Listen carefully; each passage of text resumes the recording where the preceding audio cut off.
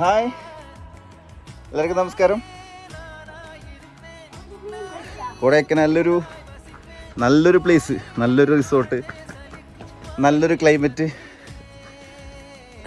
നല്ല വ്യൂ. അങ്ങനത്തെ സ്ഥലത്ത് എത്തിയപ്പോഴൊരു വീഡിയോ ചെയ്യാമെന്ന് തോന്നി. ഞാൻ കാണിച്ചു തരാം. വാടാ ഇങ്ങോട്ട് വാ.